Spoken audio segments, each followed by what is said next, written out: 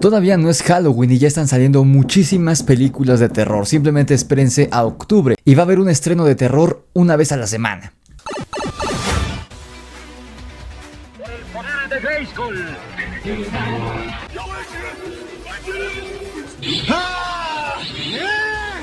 Yo tengo el poder. Yo soy.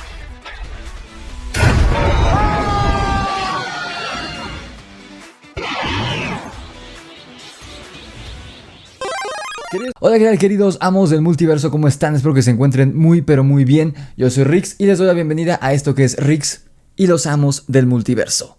Por fin salió la última entrega de una de mis sagas favoritas de terror, que es La Noche del Demonio, o como es su título original, Insidious. Por cierto, amigos, una disculpa de nuevo por el ruido, voy a tratar de limpiarlo. Tomen los golpecitos que hay en la pared como sonido ambiental. Una disculpa, espero que ustedes no lo estén escuchando tanto como yo mientras grabo. Pero bueno, amigos, esta franquicia de terror junto con El Conjuro salieron casi al mismo tiempo, las dos de la mente de James Wan, uno de los grandes figuras, uno de los grandes directores contemporáneos del cine de horror, de hecho de los pocos buenos que existen. Y tan buenas fueron las películas tanto del Conjuro como La Noche del Demonio, las primeras dos entregas de las dos franquicias, que se hicieron franquicias multimillonarias, en específico El Conjuro. E incluso la gente de hoy piensa que Ed y Lorraine Warren de hecho eran investigadores paranormales serios cuando eran unas horribles personas y unos charlatanes de lo peor. Pero James Wan hizo tan bien la película, por lo menos la 1 y la 2, que en verdad creemos que era una pareja amorosa, que les importaba a la gente, que se amaban y además cazaban fantasmas. Y casi al mismo tiempo que El Conjuro se estrenó La Noche del Demonio o Insidious, que bueno, el título de La Noche del Demonio es un poco genérico, pero bueno, se lo perdonamos por lo buena película que es. Y de hecho, diría que La Noche del Demonio es incluso más inteligente, más propositiva dentro del género de horror que El Conjuro. No digo que El Conjuro sea mala, pero El Conjuro era una historia muy cliché. Era una película muy parecida a la de Amityville. Y resaltó sobre todo por el genio que tiene James Wan para plasmar el terror, sus criaturas y sus figuras. Pero realmente como una historia de terror, como una película de terror, en mi opinión, Insidious 1 y la 2 también, es mucho mejor que El Conjuro, es más propositiva, más inteligente y más refrescante. En su momento habían pocas películas como Insidious. Después de la segunda película de La Noche del Demonio, que salió creo que al año siguiente que la primera, vimos dos spin-offs en los que la protagonista era Elise, este personaje de la medium. No era el matrimonio conformado por Josh y Renee Lambert que vimos en las dos primeras películas, sino que ahondaban en el pasado de esta medium. Esas películas, la tercera y la cuarta de La Noche del Demonio, no son malas, pero sí se sentía ese terror, esa emoción que hubo en la primera y en la segunda, sobre todo porque James Wan ya era productor. En esta última entrega, o la que es denominada la última entrega de la franquicia, La Noche del Demonio, La Puerta Roja, James Wan no es el director al igual que las anteriores, únicamente es el productor. Y por ejemplo, en El Conjuro 3, que tampoco estuvo dirigida ya por James Wan, sí se nota la decadencia. El Conjuro 3 es inferior por mucho a la primera y a la segunda película, que todavía son de James Wan. Pero en esta última película de La Noche del Demonio, que está dirigida por Patrick Wilson, es decir, el mismo actor que interpreta a Josh Lambert, es su debut como director y se nota que algo le aprendió este actor, ahora director, a James Wan durante las 4 películas que trabajaron juntos, porque Patrick Wilson trabajó con él siendo dirigido por James Wan tanto en El Conjuro 1 y 2 como en La Noche del Demonio 1 y 2. Se nota que algo le aprendió este señor a James Wan y para ser su primer intento lo hizo más que bien. Por cierto, amigos, cabe aclarar que aquí va a haber spoilers, porque al final sí tiene uno que otro spoiler, pero no les arruino la película. Incluso si no han visto la película y quieren ver la reseña con spoilers, no hay realmente un evento que tú digas, oh no mames, me arruinó la película. No, pero si no, de todos modos puedes ir a ver la película primero y regresar a ver este video. Hablando ya de la película como tal, se nota y se agradece la entrega y el cariño que tiene todo el elenco a esta franquicia, porque absolutamente todos los actores que vimos en la primera y en la segunda película vuelven a interpretar sus papeles de La Noche del Demonio 1 y 2, obviamente ya más grandes. Los actores de los papás, de Josh y de Renee, sí han tenido varias interpretaciones. Quizá la más conocida es esta actriz, ahorita se me fue el nombre, les pongo aquí la foto y el nombre, que es la vimos en X-Men Primera Generación, en X-Men Dark Phoenix, la vimos en esta película de Zac Efron, la de Malos Vecinos. Esta actriz ha salido en muchísimas películas. Patrick Wilson quizá no ha salido en tantísimas, sale en Aquaman, sale en El Conjuro, pero ya simplemente con su papel de Ed Warren se ha inmortalizado. El resto del elenco, que eran niños niños en la primera y en la segunda película, ahora son ya adultos jóvenes. Y de hecho a Ty Simpkins, quien hace de Dalton, cuando era niño lo vimos en varias películas mainstream. Salió en La Noche del Demonio 1 y 2, salió en Iron Man 3, salió en Jurassic World. Y ahora ya de grande sigue actuando, y de hecho él aparece en La Ballena, en una película muy aclamada que figuró en los Oscars, por lo menos en Mejor Actor. O sea, Ty Simpkins ya fue dirigido por Darren Aronofsky, no es cualquier cosa. Y se nota que no ha dejado de actuar en todos estos años este chavo. Ya es un chavo, yo creo que de mi edad, porque en serio actúa muy bien. Es un gran acierto que Patrick Wilson y él carguen con el peso de la película. Los demás no son malos actores, pero se agradece la entrega que tienen todos al regresar. Incluso los hermanos, bueno, la niña no sé si es la misma bebé de la primera, de la segunda película, pero el otro hermano de Dalton, él sí es el mismo actor. Vuelven a aparecer algunos cameos de personajes que vimos en las películas anteriores. O sea, todos regresaron para la última entrega. Eso me gustó mucho porque es muy difícil que ocurra eso. Es muy difícil juntar al elenco de una franquicia para la última entrega después de tantos años. Empezamos con la película fuerte, porque vemos que el final de la segunda película no fue el final feliz que ellos esperaban. Recordemos que en la segunda entrega, que por cierto yo tuve que revisitarlas, las vi el fin de semana pasado para estar más fresco, para llegar más fresco a la película. Recordemos que en la segunda entrega, al final, Josh y Dalton les hacen este mismo ritual que ya le habían hecho a Josh cuando era niño para que olvidara todo lo que vivió. Aquí se lo vuelven a hacer ya de adulto y se lo hacen también a su hijo, a Dalton. Y ahí se quedó como que, bueno, es el final feliz para la familia. Pero al inicio de esta entrega vemos que no fue su final feliz, sino que eso más bien empeoró las cosas.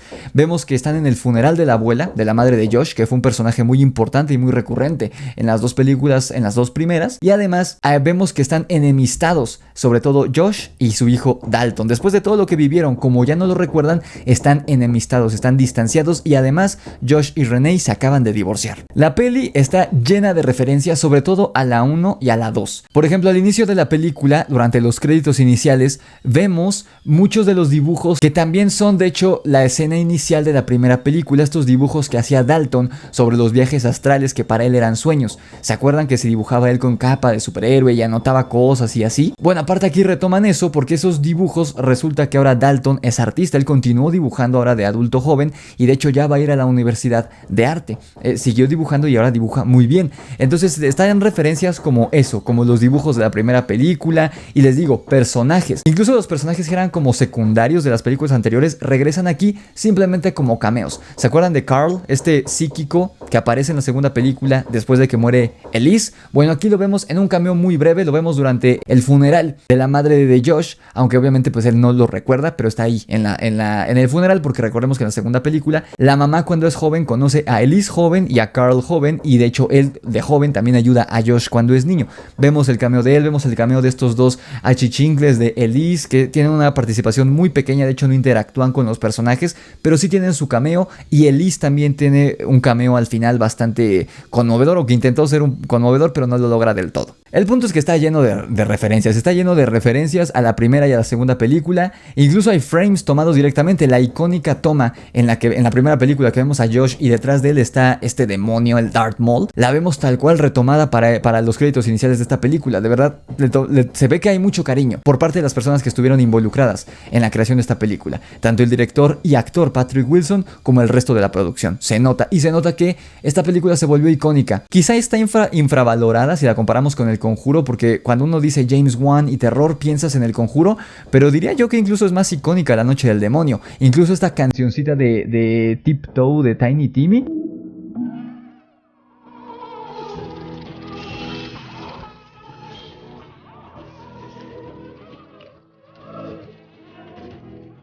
Ya aparece en TikTok, en los TikToks de terror, y les aseguro que hay gente que ni siquiera sabe que salió en una película hace 10 años, pero aún así los que suben TikToks de terror le ponen esta cancioncita porque sí está bastante creepy.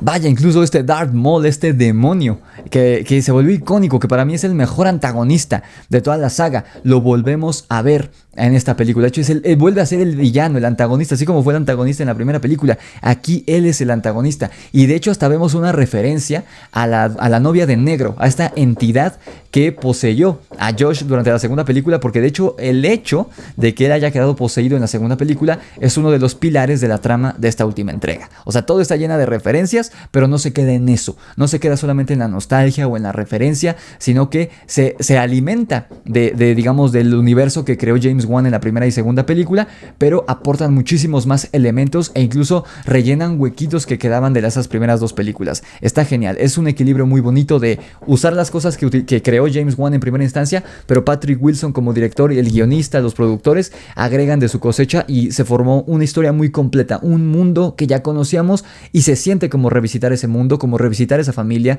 revisitar ese hogar y ver en dónde los dejamos por última vez hace 10 años con La Noche del Demonio capítulo 2. Cuando digo que Patrick Wilson aprendió mucho de James Wan en esas 4 películas que trabajó con él, me refiero a que el terror en esta película de La Noche del Demonio, La Puerta Roja, no son jumpscares baratos, no son sustos que están ahí baratos simplemente para justificar que esta es una película de terror.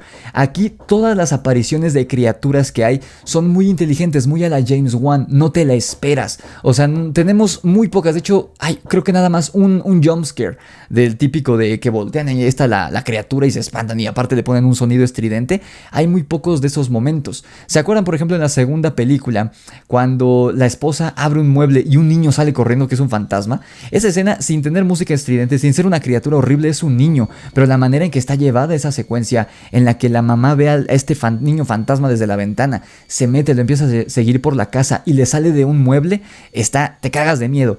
El terror en esta película es así. Hay momentos que para mí son momentos de terror muy bien pensados, muy inteligentes, que van con la historia, se presentan de manera orgánica durante la película, no aparecen de la nada, aportan algo a la trama y sobre todo lo que me gusta es que, no sé si la palabra que busco es refrescante, pero de verdad no te esperas lo que va a ocurrir, de dónde va a salir el fantasma, la criatura o el demonio, no te lo esperas y de verdad da mucho miedo porque aparte los efectos, el maquillaje, los efectos especiales siguen siendo geniales. A mí el momento que más me gustó es uno que de hecho vemos en el trailer, cuando vemos a Josh dentro de esta máquina que le va a sacar como tomografías y en eso sale un pinche fantasma de abajo de la máquina. Está aterrador, está genial y así como ese hay muchos momentos. Realmente Patrick Wilson sabía en qué momento meter y de qué manera meter a las entidades que se iban a ir haciendo presentes en esta película, porque en serio no te lo esperas. Es un terror que funciona muy bien, que no es un jumpscare barato, no es una película genérica. Sí se siente un poco la esencia de James Wan. Se nota que Patrick Wilson fue alumno de James Wan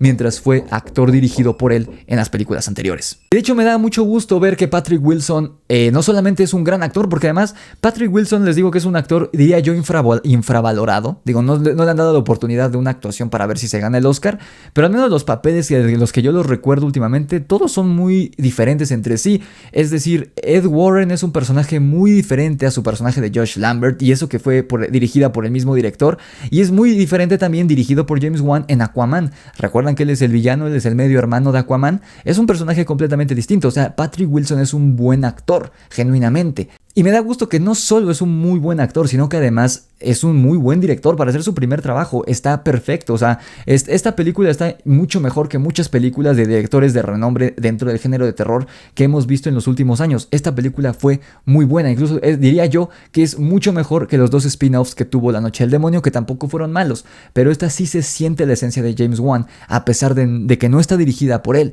Y no me sorprendería, y de hecho yo agradecería, que Patrick Wilson siguiera dirigiendo más películas de este género en el futuro. No sé, a lo mejor que él dirigiera El Conjuro 4 o algún spin-off del Conjuro o algo completamente distinto de La Noche del Demonio o del Conjuro, pero me gustaría mucho porque de verdad es un muy buen director de terror. El guión estoy muy dividido porque me gusta que el guionista entendió a los personajes, aparte pues los actores que los interpretan son los mismos, sobre todo el personaje de Josh, el personaje de Dalton y un poco el personaje de Renee, lo poquito que aparece, sí se nota que los actores comprendían y recordaban en dónde se quedaron sus personajes hace 10 años con la segunda película.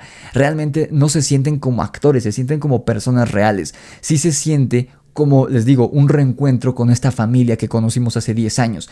Y tiene completo sentido la manera en cómo se comportan, en específico estos 3 personajes, los 2 papás y el hijo mayor, que realmente fueron los que siempre cargaron con el peso de la franquicia, ¿no? Los hermanos están más de lado, Elise es pues la heroína que llega a ayudarlos en cierto momento, los protagonistas siempre fueron los 2 papás y el niño grande.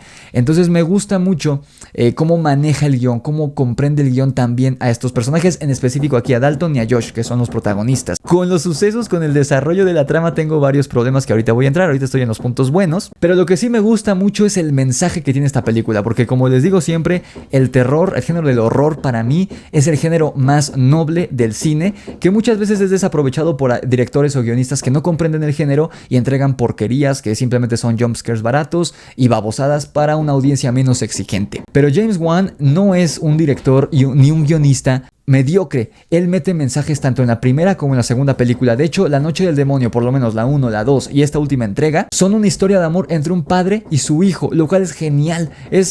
Si lo piensan en esencia, no es tan diferente a una película de los 90 de Schwarzenegger o de Stallone que tenían que rescatar a su hijo, ¿no? Hay muchas películas de estos actores de acción que tienen que rescatar a su hijo o a su hija. Tenemos Commando con Schwarzenegger, tenemos Ransom con Mel Gibson, en fin, hay muchas películas de el héroe de acción en los 90 rescatando a su hijo. Esto en esencia es lo mismo, pero con un giro sobrenatural. Y esta última entrega, la que diría yo que es la tercera entrega de la trilogía inicial, digamos, de Insidious, sigue siendo una historia de amor entre el padre y el hijo. Eso me encanta. Y me encanta el mensaje que tiene esta película en específico, de los pecados del padre y la libertad del hijo para continuar y cometer los mismos errores que cometió su padre o corregir el camino. Porque aquí no solamente tenemos la relación de Josh y de Dalton, como en las películas anteriores, sino que entra en juego una figura que no habíamos conocido, que literalmente brillaba por su ausencia en las primeras dos entregas, que es el padre de Josh. Siempre vimos que la madre de Josh fue una madre soltera, una mamá luchona, como decimos en México,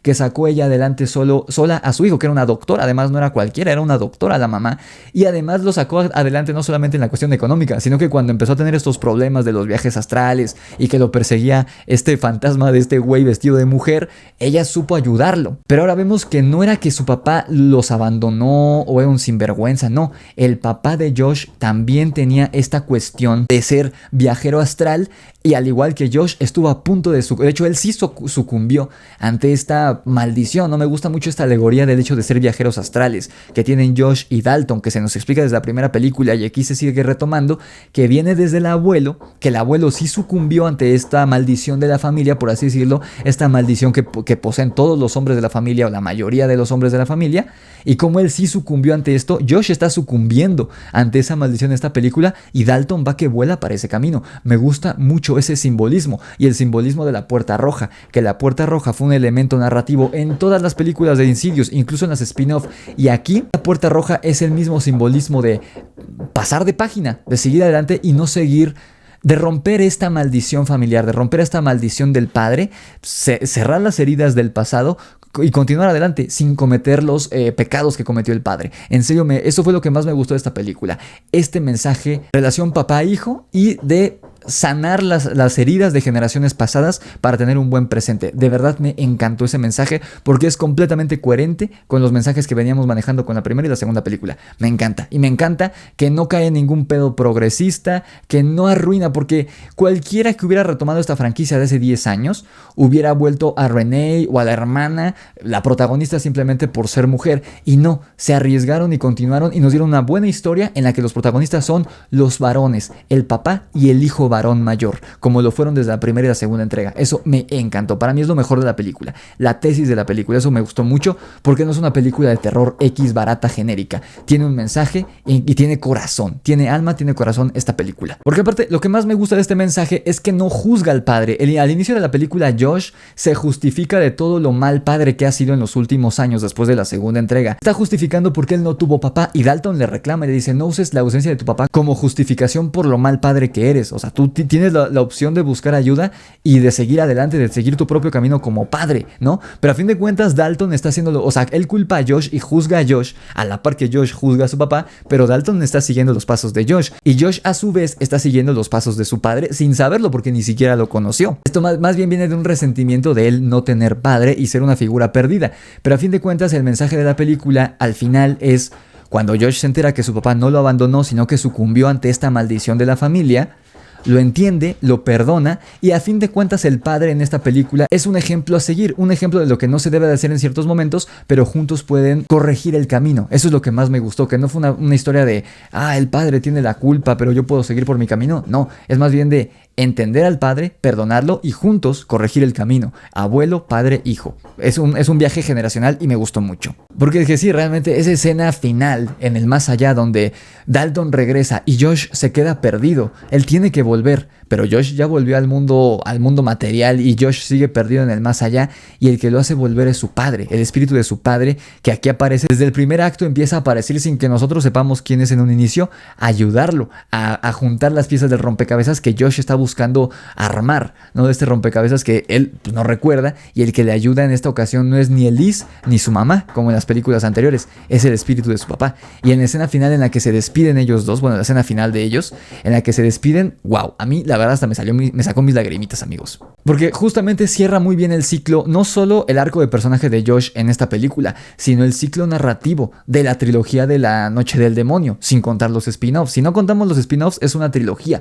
La primera película es de Josh yendo a rescatar a su hijo al más allá. En la segunda película es Dalton quien regresa al más allá para regresar a su papá, para rescatarlo. Y en esta entrega, juntos cierran las heridas que esos dos eventos tan traumáticos provocaron en ellos, heridas que se quedaron abiertas durante 10 años, que estaban carcomiéndolos a ellos y a su familia, y juntos regresan al más allá para cerrar esas heridas, para cerrar, para bloquear, para sellar la puerta roja. En verdad es un mensaje muy bonito, me gustó mucho. Más películas de terror así, por favor. Dentro de la misma narrativa que maneja esta película, se nota desde el principio, en la primera cinta y la segunda, se nota que La Noche del Demonio capítulo 1 y 2 se escribieron y se produjeron casi a la par. O sea, se nota que sí era una historia demasiado larga, que la dividieron en dos películas, y por eso encajaban tan bien. Pues Patrick Wilson, el director, y por su parte también el guionista de esta película, juntos trabajaron muy bien para complementar, y les digo, esta tercera entrega sí se siente como el tercer capítulo y aprovecha muy bien lo que James Wan planteó en las primeras dos entregas, pero Patrick Wilson aporta su parte y dándonos algo muy completo, muy bonito. O sea, realmente no se siente ajeno al universo de Insidious, se diferencia muy bien de, por ejemplo, el universo del Conjuro. O sea, tiene su esencia, se siente la escuela de James Wan, pero tiene la esencia de Patrick Wilson y el equipo que estuvo detrás de esta cinta. Me gustó muchísimo, la neta. Y ahora pasemos a los puntos negativos, amigos, que no son tantos, pero hay que recapitularlos. El primer punto negativo que quisiera tocar es los cameos de los viejos conocidos. De Carl, este psíquico que aparece en la segunda película, que aquí ya sale anciano. Elise, que aparece al final en forma de espíritu. Y sus dos achichincles que siempre salieron en todas las películas. Sí aparecen, pero realmente el único regreso que se siente fuerte es el del antagonista, el del demonio que parece Darth Maul. Porque realmente los cameos de estos personajes, de Elise, de sus achichincles, de Carl, se sienten incluso baratos, se sienten gratuitos, no tienen nada que aportar. El momento de Elise debió haber sido más emotivo. Elise se encuentra con Josh al final de la película, platican un poco. Obviamente él no la recuerda, entonces no se da cuenta que es un fantasma hasta el final, pero siento que le faltó emotividad. No sé si fue la actuación, no sé si la señora ya está muy mayor, pero sentí la actuación de la actriz muy fría. O sea, no es tanto cómo está escrito el momento, ni cómo está editado. Siento que lo que no salió muy bien fue la actuación de la actriz que hace de esta medium, que ella sí la vimos en todas las películas. Ella es la figura, ¿no? El ícono de esta franquicia, y sí la sentí medio fría. O sea, no me gustó mucho su aparición. Y de los demás, de Carl y de estos achichincles que los descubren en un video de YouTube, Chris, la amiga de Dalton y Dalton, como que sí se siente así de meh. O sea, como que si no te acuerdas de las películas anteriores, yo creo que ni te das cuenta que son cameos. Atrás de mí en el cine habían dos chavos que sí dijeron como, no mames, ahí están. Pero no sé, los sentí muy gratuitos. Los cameos de estos dos achichincles, los que salen con camisa y corbata, que son como el comic relief de las primeras películas, y el de Carl, se sienten como cameos muy gratuitos que no aportan nada y no llevan a nada. La trama me gusta que son dos tramas que van corriendo en paralelo, que son Josh en su casa, ya divorciado, completamente solo, intentando construir este rompecabezas que él tiene todo neblinoso, y por su parte Dalton, que está haciendo lo mismo en la universidad. Me gusta que corren en paralelo, me gusta que las historias se complementan una a la otra, pero llega cierto momento de la historia de Dalton en la universidad que se siente lenta, que se siente aburrida, que se siente rara, como que se siente que no es, como que hace muchas tonterías, pero que no está realmente aportando nada a la trama. No toda, pero hay una parte de la trama de Dalton que sí es como, ya me aburrí, ya quiero ver a Josh, o ya que pase algo, ¿no? Hay unas secuencias muy buenas de cuando Dalton está en la universidad, pero hay otras que sí, de plano, falla bastante en aportar algo a la trama. Y por ejemplo, hay personajes, tiene pocos personajes esta película, pero hay un personaje que qué carajo hace ahí, que es el personaje de Nick, este güey de la fraternidad de la universidad presumido, que parece como que va a ser un antagonista, como que va a ser algún obstáculo en el camino de Dalton en algún momento y de Chris, la amiga que le está ayudando, pero incluso llega un momento en el que cuando Chris se desmaya porque le ataca el demonio, él la revive con no respiración de boca a boca, pero la revive y no le pregunta nada, así de, oye, ¿qué hacías en la habitación de mi fraternidad? No le dice nada, entonces como, güey, ¿qué hace este cabrón aquí? O sea, sí hay como elementos que no van. No sé si había una versión más larga del corte y hay escenas eliminadas que explican varias cosas, o si el guionista cometió algunos errores amateur, como meter y sacar personajes de la nada, personajes que no aportan nada, personajes que no son importantes. Son menores, son muy poquitos esos elementos, pero sí los hay. El primer y el segundo acto, la verdad, están muy bien. Se siente el brusco cambio en la narrativa. Empezamos muy oscuros, muy lúgubres en un funeral, paleta de colores apagada. Luego, cuando hacen el road trip, que fue muy cortito, que Josh lleva a Dalton a la universidad, paleta de colores muy iluminada, colores vivos, brillantes, incluso ponen ahí una cancioncita. Llegan a la universidad y todo está ahí colorido, todo muy bien. Y cuando empiezan otra vez los problemas, que se pelean Dalton y Josh, que empiezan las cosas sobrenaturales a ocurrir, la paleta de colores se vuelve prácticamente la de Harry Potter y el prisionero de Azkaban, súper apagada, súper pálida, colores muy tristes, muy grises. Se ve visualmente y narrativamente, sí vemos el cambio de la temática de la película, del tono de la película. Les digo que, salvo algunos momentitos en la trama, en la subtrama de Dalton, la película avanza bastante bien y bastante smooth, bastante suave y amigable con la audiencia, el primer y el segundo acto. Pero el tercer acto sale de la nada. O sea, yo ni siquiera me pensé que estuviéramos ya viendo el clímax. Yo pensé que iba a ser apenas lo que iba a desembocar el clímax, el tercer acto. Entonces, el tercer acto no es malo ni aburrido, es muy bueno, es emocionante, es conmovedor, pero el problema es que es demasiado breve y sale de la nada. Inicia tan rápido como termina. Entonces, cuando inicia, tú no te das cuenta como audiencia que ya estás en el clímax de la película. Entonces, cuando se resuelve es como de, oh, espera, ¿qué pedo? ¿Ya acabó la película? O sea, siento que el segundo acto es más largo de lo que debería ser y no se siente una transición, y eso es error del guionista, no del director. No se siente la transición del segundo al tercer acto, no se siente el all is lost, el todo está perdido. Ese all is lost, ese momento en el que los protagonistas parece que perdieron algo, esa casi siempre en todas las películas es el escalón que nos hace ver a nosotros como audiencia, ok, vamos a ver el clímax, ya finalizó el segundo acto, ahora sí empieza lo interesante rumbo al final. Aquí no hay eso. Entonces, cuando empieza el clímax, el tercer acto, no lo sientes. Tú piensas que estás en otra aventura, en otro viaje más de Dalton, al que se va a unir Josh. Pareciera como que va a ocurrir algo más interesante, pero no, simplemente se fusiona y la línea está muy difuminada entre el segundo y el tercer acto. No digo que está aburrido el tercer acto o el clímax, no está mal, no está aburrido, pero es demasiado breve, no se siente cuando inicia. Entonces, como que no estás preparado como audiencia, es un poco decepcionante en ese sentido. Por ejemplo, hay un momento cuando Dalton empieza como, no a recobrar la memoria, pero viaja al momento del clímax de la segunda película, cuando Josh, poseído por Parker Crane, lo va a matar con un martillo porque él está dormido, porque fue a rescatar al verdadero Josh al más allá.